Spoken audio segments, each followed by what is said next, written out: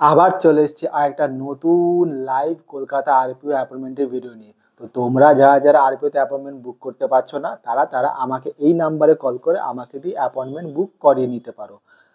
আমার চ্যানেলে গিয়ে দেখো, এরকম প্রচুর লাইভ আরপিও অ্যাপয়েন্টমেন্টের ভিডিও তোমরা সেখানে পেয়ে যাবে। তো বেশি দেরি না করে আরেকটা নতুন লাইভ আরপিও অ্যাপয়েন্টমেন্টের ভিডিও স্টার্ট করলাম।